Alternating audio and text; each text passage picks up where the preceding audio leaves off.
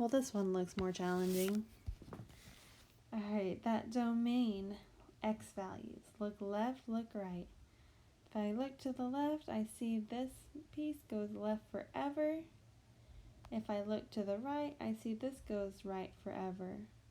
But these are not connected. When I'm looking to the left, I'm looking at this left curve. And then when I look at going to the right, to positive infinity, I'm looking at the right curve. Okay, so I've jumped curves here. I need to know what's happening in the middle. Okay, so as I'm looking at the left piece of this rational graph, the left curve of it, if I follow it to the right, it's going down. I don't really care that it's going down right now because that would be a range thing. I care about left and right.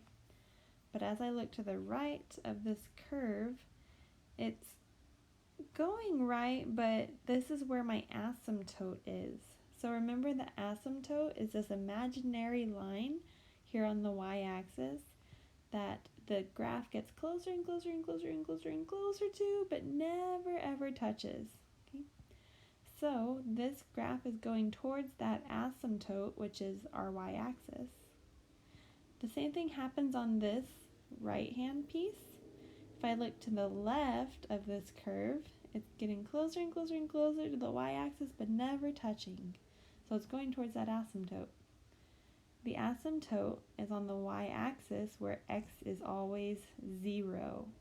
So any point on this asymptote, the y-axis, x is 0. So that means that my x will never actually equal 0.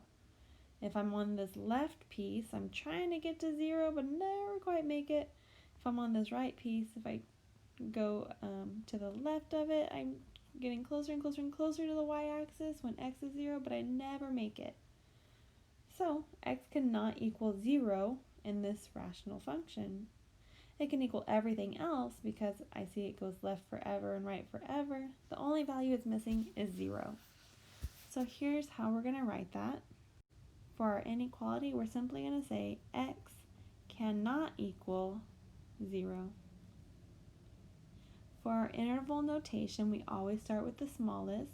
It's going left forever, that's negative infinity, comma, and then how far to the right does it go?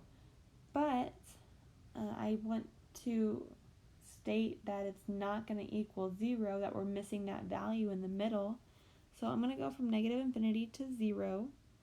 And then I'm going to use parentheses. I don't want to use square brackets because it does not equal 0 ever. So I'm going to use parentheses here. And then I need to pick up where I left off. So I'm going to use this union sign. So this is called union. And it just means and. So we have negative infinity to 0 and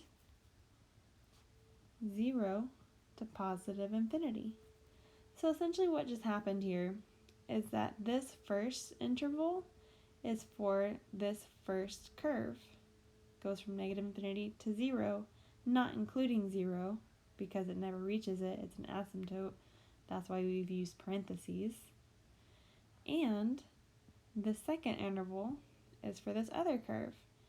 So the left side of it starts here at 0, but not actually equal to 0. And then it goes to positive infinity, right forever. So if you have a graph like a rational or anything else that has multiple pieces, pretty much for each of your pieces, you're going to have a separate interval. Okay, let's move on to the set notation. We're just going to make that inequality fancy. So curly brace x such that x does not equal 0. And that's it. Okay, let's look at the range. My y values, I want to look low first. So the lowest I see is looking at the left-hand curve. It goes down forever. And then as I follow it up, it's going up, but then it kind of flattens out. And again, we have that asymptote. So this one also has an asymptote on the x-axis. So the graph is trying to get to the x-axis, but it never quite reaches it. There's the asymptote. Same thing happens on this other curve. If I follow it down, It's getting closer and closer to the x-axis without ever touching, and it does go up to positive infinity. So while I'm talking about the y values, it's going to end up being the same as the domain.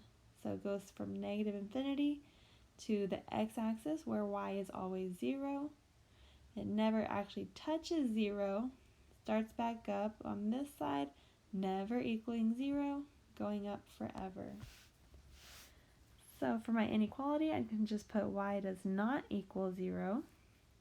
My interval notation is going to be the same, down forever to 0, not including it, so I use a parentheses, union, or and, start again at 0 and go up to infinity. So again, each of those pieces really represents its own part of the curve. So this was my first part, down forever to 0. This is my second part, from 0 to positive infinity. Let's make it fancy. Curly brace y such that y does not equal 0.